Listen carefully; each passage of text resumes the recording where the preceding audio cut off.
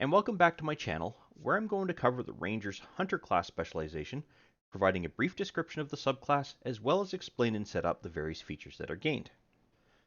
The Hunter subclass is where the Ranger becomes the nightmare of its prey, with additional features that allow it to better fight off specific kinds of creatures.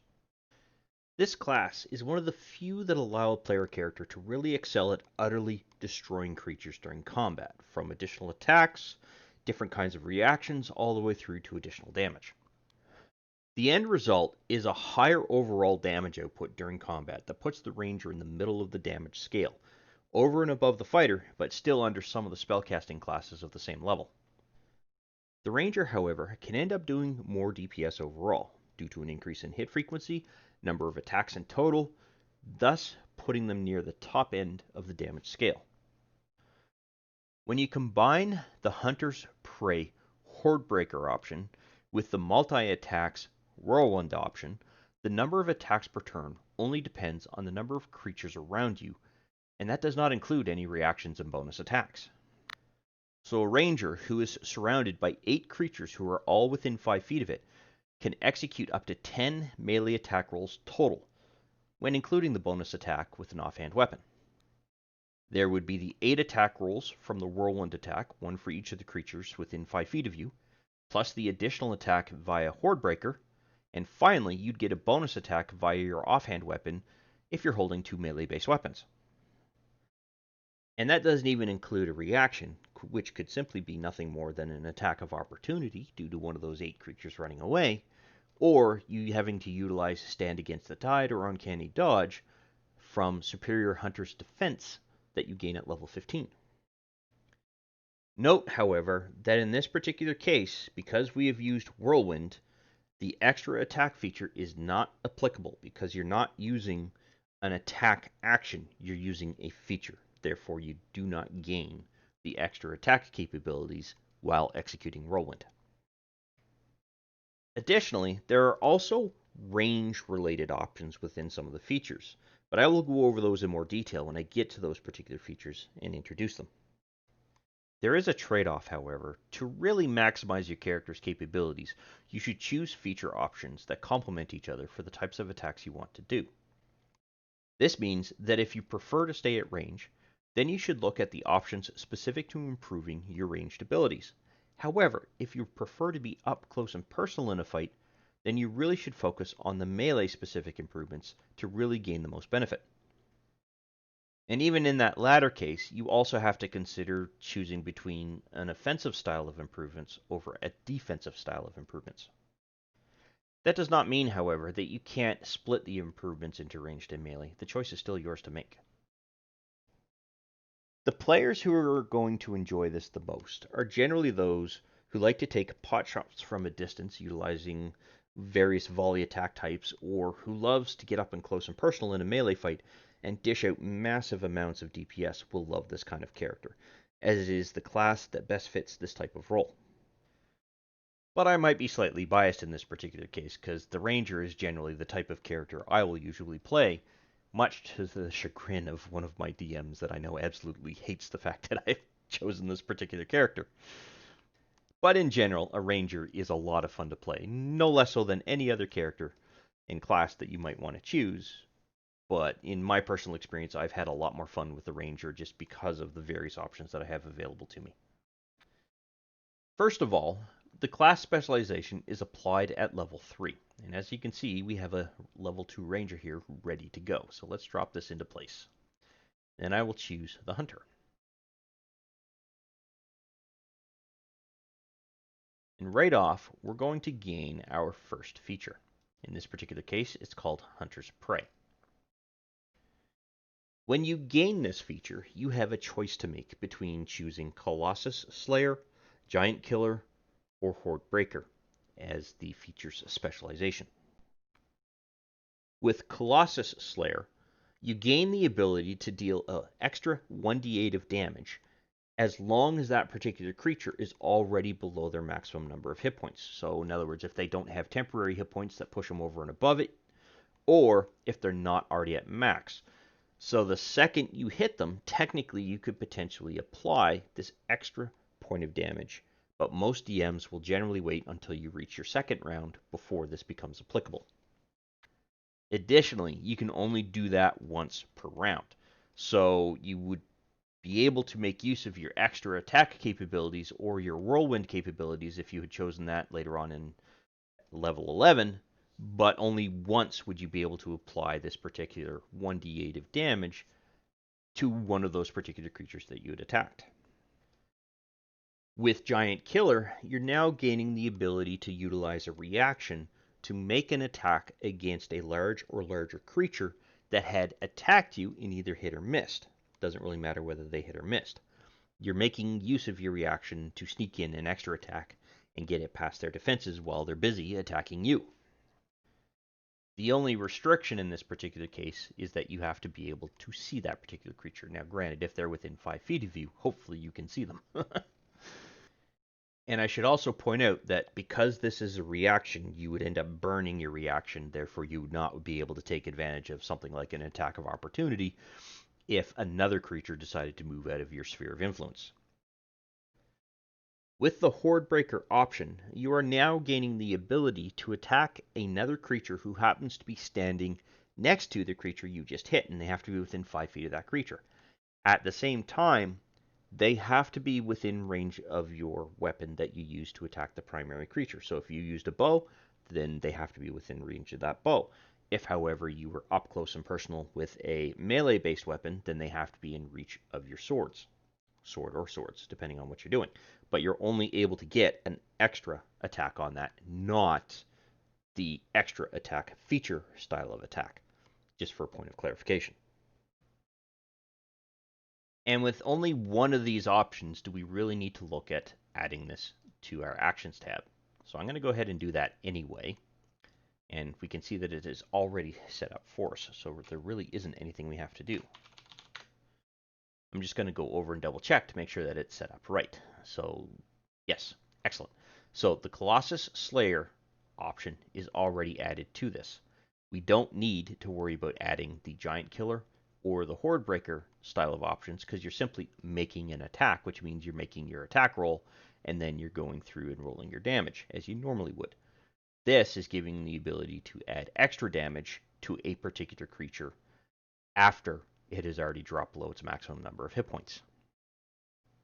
So how would you go about using any of these features? And keeping in mind, you have to have chosen one and you stick with that. You can't swap them later.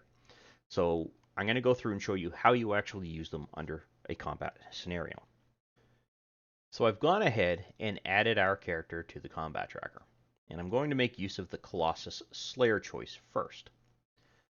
And I'm going to use the dragon as an example here. And as you can see, our ranger is the active actor, if you will, when it comes to the combat tracker. So I'm going to target this particular adult dragon, and I'm going to hope that I'm going to hit it with our short sword here. And I'm going to use the short sword as the example. That is going to be a miss. So I'll roll again. That should be a hit. Now, I rolled again because I'm just simply trying to do a demonstration here. Technically, this could be utilized when you make use of an extra attack when you gain that at level 5, even though we don't have one right now. And only one of those attacks would actually be able to deal the extra 1d8 of damage. This dragon is already below its maximum hit points. We can tell because it has a wounded indicator here. So all I have to do is add in the effect to my character, and as we can see, it has applied itself there. And then I can now roll the damage roll, and we'll see that we have 2 die that get rolled. One is a die 6 for our sword, and the extra is a d8 for the feature. And that's how the Colossus Slayer will work. In relation to Giant Killer, however, that behaves a little bit differently because you're utilizing a reaction. So let's say that you have not, as of yet, utilized a reaction through this particular combat round.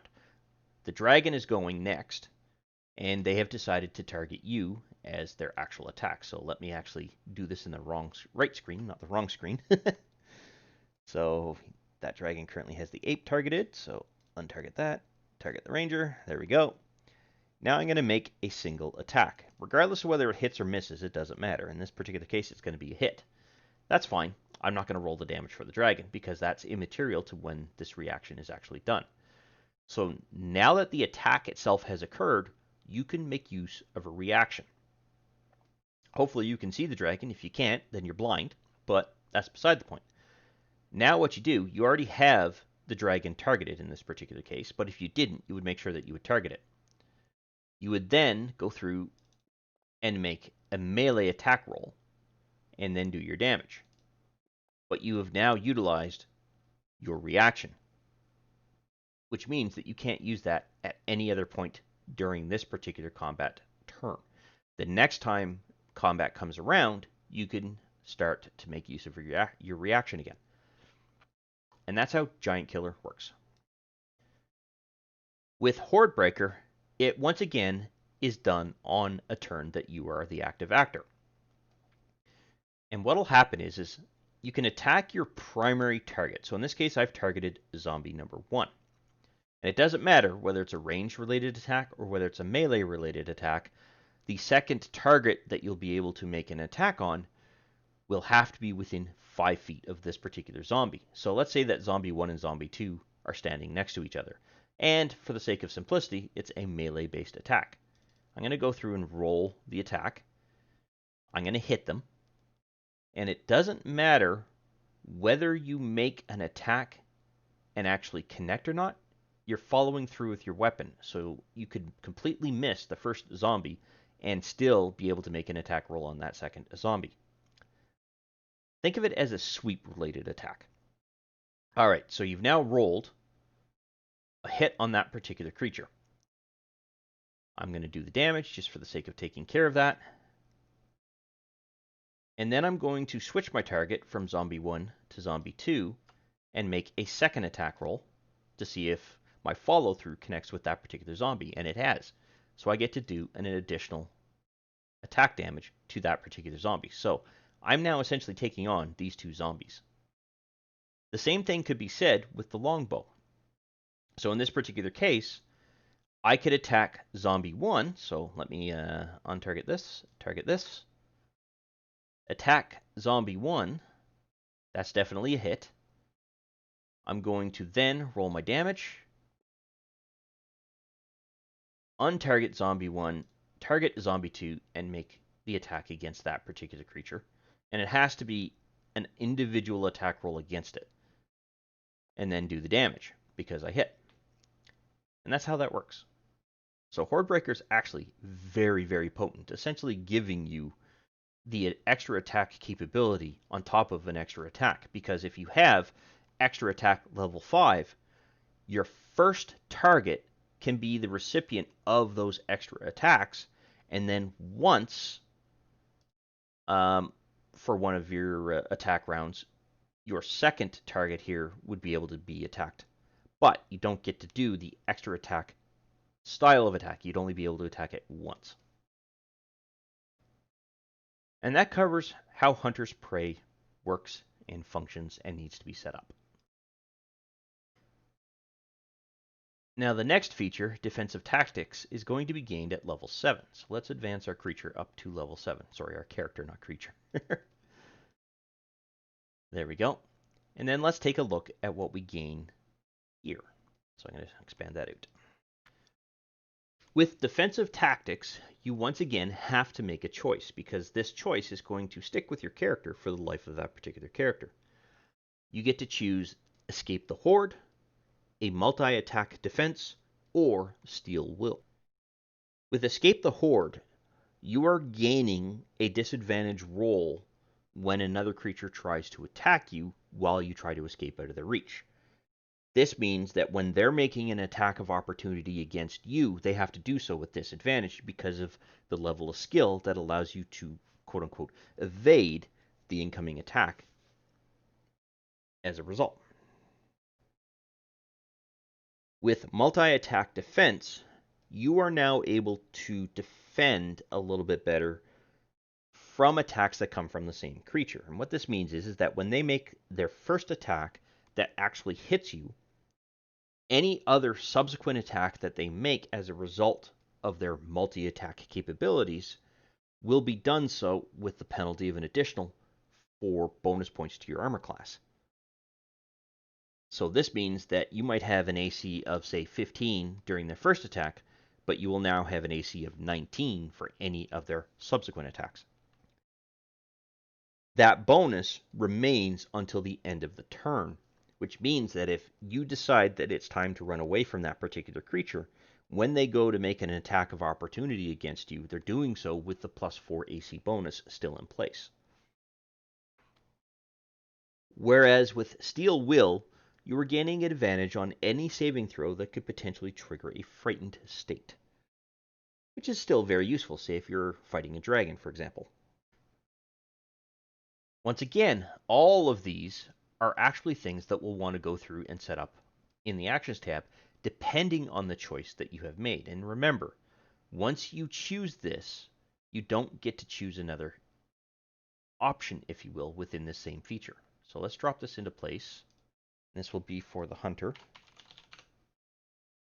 Now, the only thing configured right now is an incorrect effect here that actually puts you in a frightened state, not actually gives you advantage on any saving throw for a frightened state.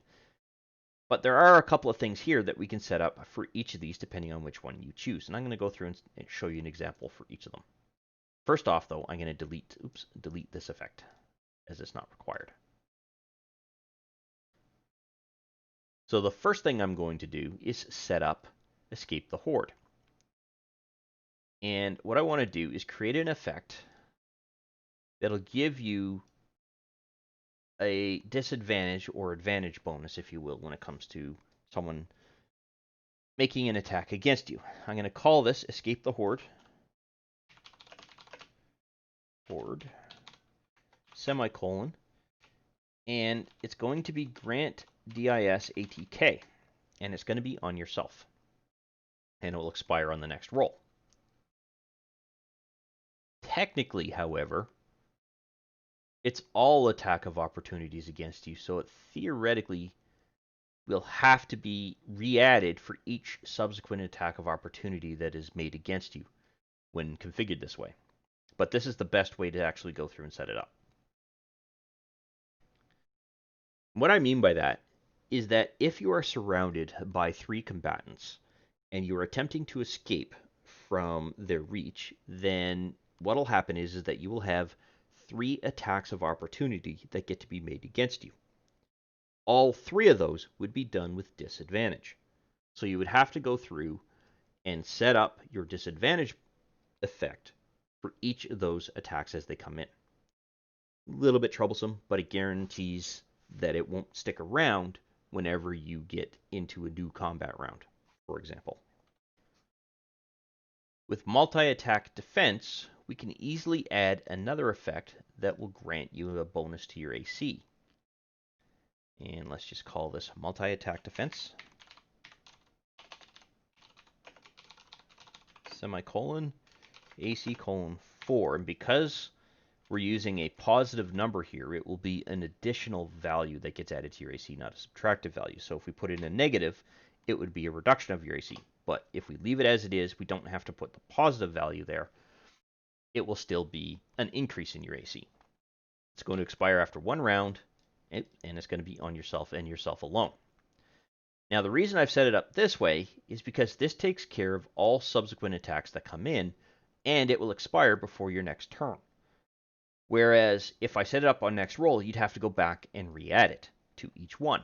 However, that also might still be an option that you want to do, so that you can cover your bases, if you will, that you accidentally add the effect to your character before it actually gets applied and drops off after the end of your round. Essentially, it's meaning that if you forgot to remove this before your next cycle comes up, it will just drop off.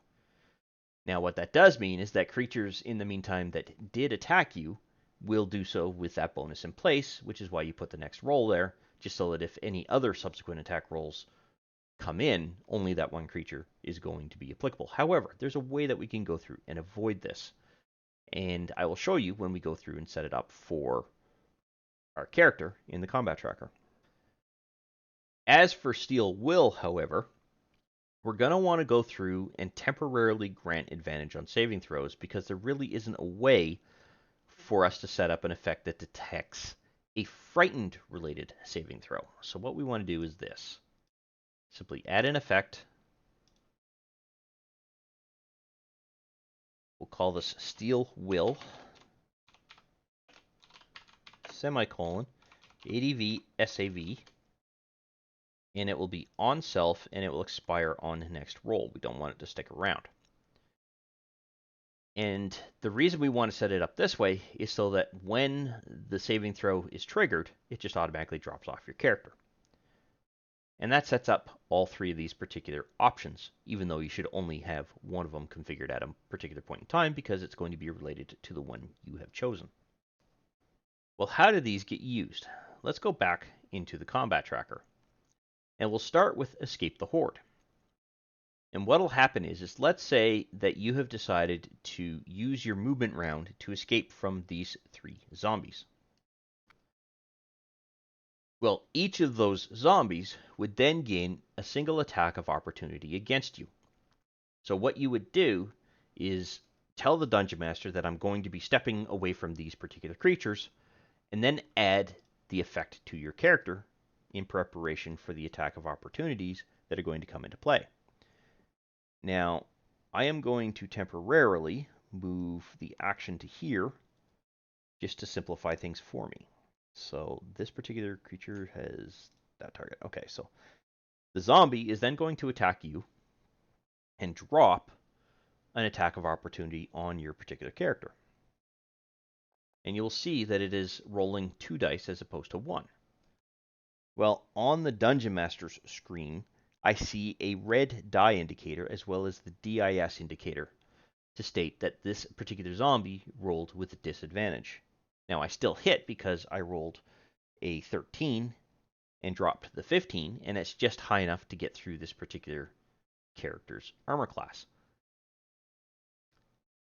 I would then do the same thing with Zombie 2 and Zombie 3. So I would add in the effect again for the attack coming in from Zombie 2.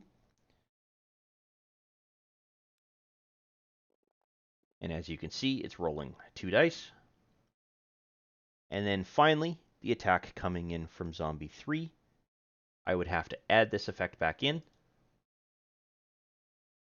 And then make the attack from Zombie 3. And all 3 of those have been rolled with disadvantage, the latter 2 not actually hitting. Now the effect is gone, so we don't have to worry about it, and you have escaped from their particular reach.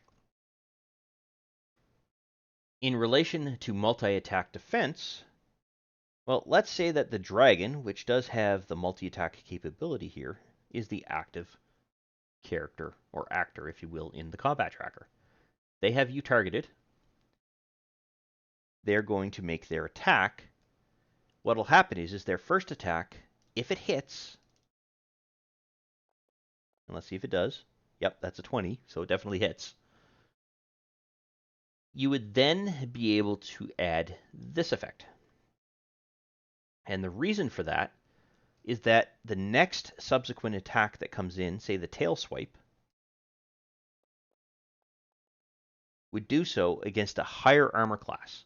So in this particular case, it was still a hit, even though the defense had a +4 armor class bonus. And you can see that here. You can see it right here in this listing. Now, if they happen to have a third multi-attack that they could then make, and in fact, how many does this dragon have? Bite and 2 with its claws. So it can make 3 attacks. In this case, I used the tail just for demonstration, but it really should have been the bite and 2 attacks with the claws. Then I would go ahead and re-add multi-defense while the dragon made the extra attack. Hey, in that particular case, it is a miss, and you can see that the effect is dropped away. That's how that particular skill should be set up to work. Or ability or option, I should say. If, however, you want to actually go through and control who a particular effect applies to specific to multi-attack defense, because you do need to restrict where those attacks are coming from and who is gaining that AC bonus increase, what you need to do is hold down the left shift key before you pick up and drag the effect, or click on the effect. But in this particular case, you need to drag the effect because you're selecting a very specific target. You need to drag that effect onto the target that is gaining the penalty, if you will, for the additional AC bonus. So you'll see here it says targets, adult, black dragon. The dragon is what hit you with its first attack, meaning that any subsequent attacks that come in now suffer a penalty from this particular AC bonus. So if I make an additional attack, I rolled a 17, but you'll see the effects plus 4 has come into play. Now granted, that effect has gone away. Theoretically, it should have stuck around for the third attack I could make with that particular dragon. But if this particular attack, or effect if you will, is in place, and for some reason a zombie is now able to make an attack out of turn, say it's a reaction, because you're doing something with a reaction that gives you movement in some way, shape, or form, then what would happen is this. So I'm going to set up zombie 1. I'm going to clear its unconscious feature. Where are you here? There you are. So it is not dead. Now if I use this zombie to attack you,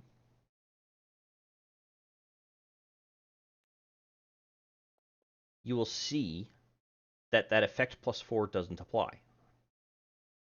And the effect doesn't go away. So this means that the dragon is the only creature that can trigger this effect to go away. Now, because we have set this up for a round expiration, oops, I can't do that there. Go through, you will see that the effect goes away after one round. Technically, it shouldn't have been around for any of these particular creatures, but because we controlled who could actually potentially trigger that, you don't know if they're going to go through and trigger a reaction of some kind. Who knew? Who knows? Doesn't matter. But you still gain from that benefit. None of those other creatures would be able to take advantage of that when you do it that way. So that's how you could actually selectively choose who the multi-attack defense applies to. With Steel Will, however, the dragon has a fear effect. And because of that, they have the ability to potentially put your character in a frightened state just simply because they happen to be there. Well, a ranger can take advantage of that and attempt to actually go through and make a saving throw.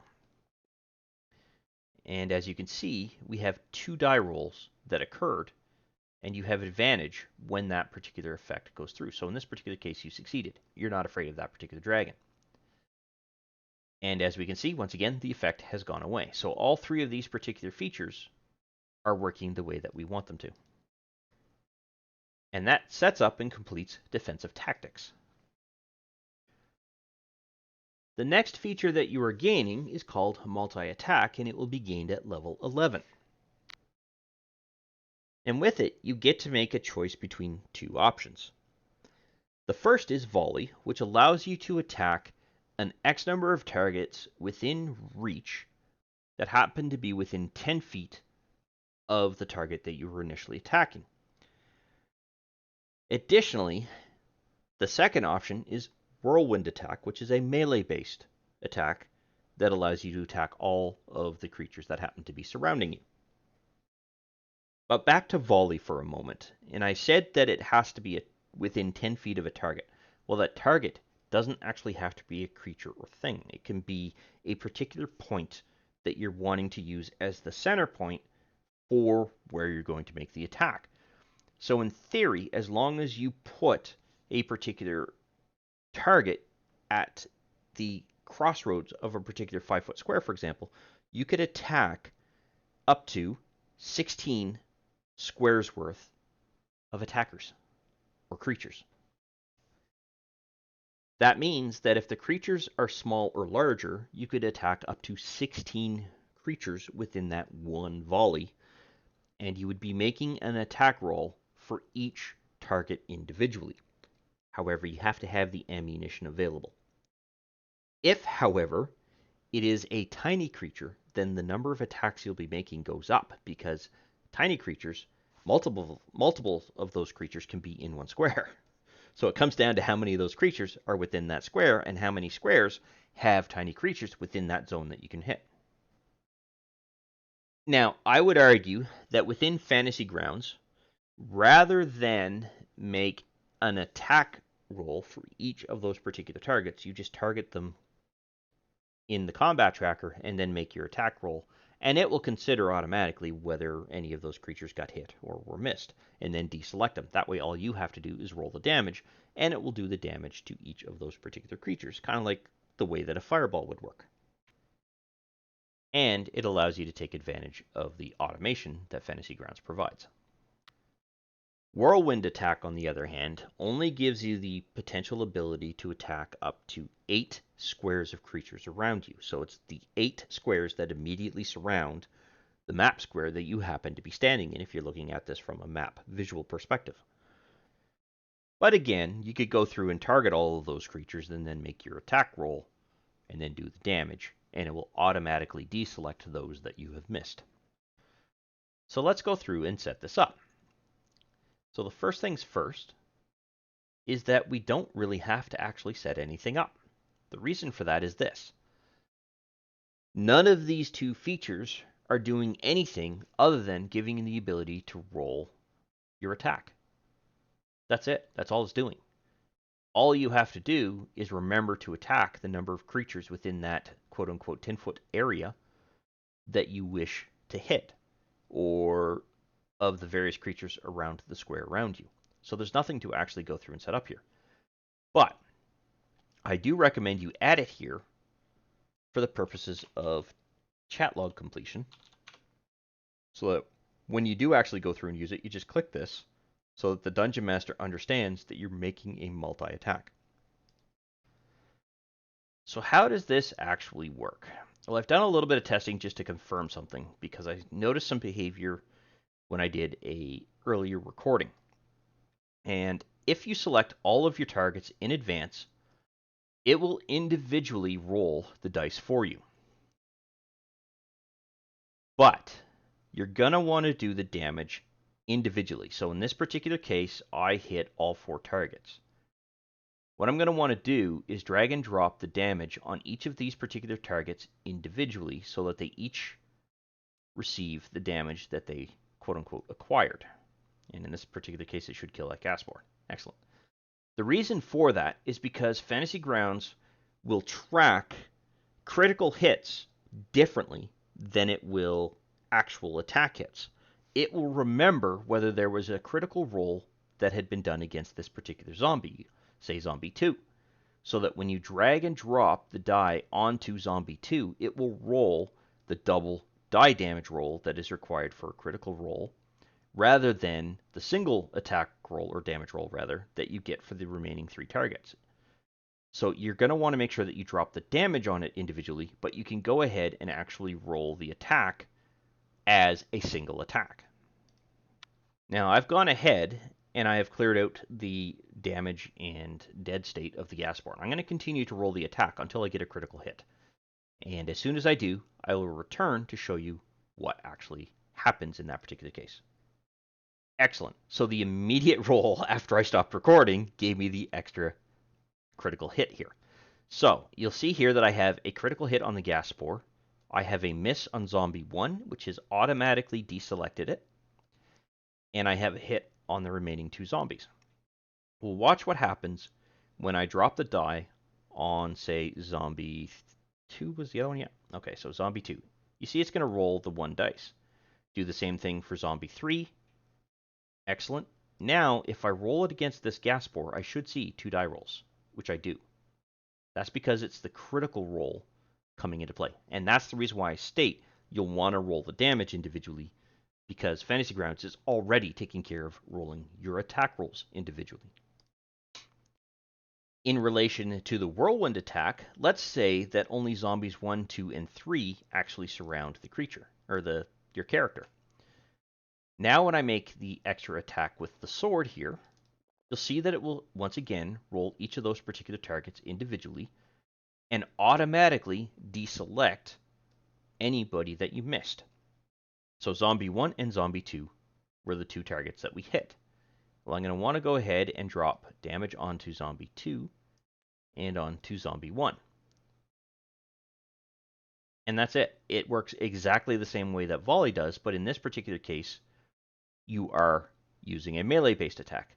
I should also state, though, with volley, that you'll notice it only used one arrow. You actually want to make sure that you set up and automatically pip off the number of arrows that you used equal to the number of targets that you attempted to attack. So this is why it states you must have the ammunition in order to make this particular kind of attack with a range-based weapon. So if I attack these 4 creatures, I need to make sure that 4 pips get ticked off, whereas 1 by default will get ticked off. You need to then add in the additional 3. If it was 5, you would have to add in additional 4 pips. That's how that would work. And that's how you would make use of multi-attack. The last feature that you'll gain will be called Superior Hunter's Defense, and it will be acquired at level 15. Once again, you will be forced to choose between one of 3 options: Evasion, Stand Against the Tide, or Uncanny Dodge. With the Evasion option, you are essentially gaining the Evasion feat or feature, and it allows you to avoid some of the damage that a dexterity-based saving throw will require you to actually trigger. So, for example, a fireball is a dexterity-based saving throw. If you fail the saving throw, you will only take half damage. If, however, you succeed on the saving throw, you will take no damage, whereas unlike prior to you choosing evasion, you would have taken full damage versus half damage. So it essentially allows you to either reduce the total amount of damage by half or to completely negate it. With Stand Against the Tide, you are now able to potentially force a creature that missed you to attack one of its teammates, because you get to choose the target it hits or attempts to hit. So if, let's say, Zombie 1 in our combat tracker made an attack against me and missed, I could then use a reaction and force that zombie to make an attack against Zombie 2 as long as that zombie was within reach of the first one. It would then re-roll an attack against that particular zombie, and if there was damage applied, it would apply the damage to that particular creature. That's it. That's how Stand Against the Tide will work. In this particular case, there's nothing that we're going to really have to set up in our Actions tab, but we do for evasion, so we'll go through and do that anyway. But before I get into that, let's take a look at Uncanny Dodge, which is the last option you get to choose. When a creature actually hits you this time, you can now use your reaction to reduce the total amount of damage against you by half. Essentially, if you got hit by a dragon that did its bite-related attack, you could then use a reaction to reduce the total amount of damage that you're going to take from that bite to half of what it rolls for its damage. And that's how Uncanny Dodge functions. So let's go ahead and drop this into our Actions tab, because we're going to need it at least for evasion. And it's going to pop up here. We will add Hunter. So Superior Defense. Now this is kinda set up, but not. So let's remove this effect. Oops, remove, not add. And we'll go ahead and add a new effect. And what we want to do is call this evasion, semicolon, and we literally just want to put evasion as the effect here. It shouldn't matter whether the E is capitalized or not, but I tend to like to do that. It is going to be on yourself, and it will be there when you're going to make a dexterity saving throw, so it should expire on the next roll. And that should take care of setting up evasion. We don't have to do anything for stand against the tide, but let's see if there's anything we can do to actually do uncanny dodge, or add uncanny dodge as an effect. Well, there really isn't an obvious option that we can choose here, but Fantasy Grounds has something called resist, which will automatically reduce incoming damage by half. So what we can do is add a temporary effect to ourselves. And in this particular case, it will be uncanny dodge, semicolon, and then just type in the keywords resist. That's all you have to do. It'll be on yourself, and it will be on the next roll that it will expire. Now what will happen is that when the Dungeon Master rolls the attack, you will see whether there's confirmation that you were hit or not. You then have to tell the Dungeon Master that I'm going to use this particular skill, if you will, the uncanny dodge option of it, if you have chosen that as the skill that you want to use for this feature, and then click this effect. It will automatically apply it to you. They then roll the damage, and it will reduce it to half of what it normally is. Bit of a workaround for it, but that's generally what you need to do. So how can we go about using this in the combat tracker? Well, in relation to evasion, what you would do is the Dungeon Master would state, I need everyone to make a dexterity saving throw. Generally, though, they would be executing that, say, from the dragon. You, as the player, would then say, well, I'm going to be utilizing evasion, so I'm going to add the effect to myself. And it has to be there before the saving throw is rolled, just for point of clarification. Now, if I go over to the Dungeon Master side and set it up so that the breath weapon is triggered here. 1 second here. Where is it? There it is. By default, the acid breath attack from a dragon is halved if a player succeeds the saving throw. In this particular case, you failed the saving throw. You rolled a 10, and it definitely required a higher amount of damage. I'm then going to roll 12d8 of acid damage. But you will see here that the ranger only took half of that total amount of damage. I rolled a 63, the ranger took a 31. I'm going to temporarily clear that damage just so I don't unintentionally kill off the ranger. And I'm going to see if I can get it so that the ranger succeeds on a saving throw. So I'm going to reapply the evasion effect. I'm going to then roll the dexterity saving throw again. Still a failure. Oops, I need to re-add the effect. So I need to do the damage so that the evasion goes black. Yeah, okay, so the effect is removed. Let me re-roll, reapply this, and then re-roll. Oops. Apparently I dropped target, so 1 second. Ranger, there we go. Okay, in this particular case, the ranger has succeeded. I will then roll the damage, and you should see that the ranger should take none, because they evaded all of it. And as you can see, there is no damage on our ranger. That's how evasion works in relation to the ranger.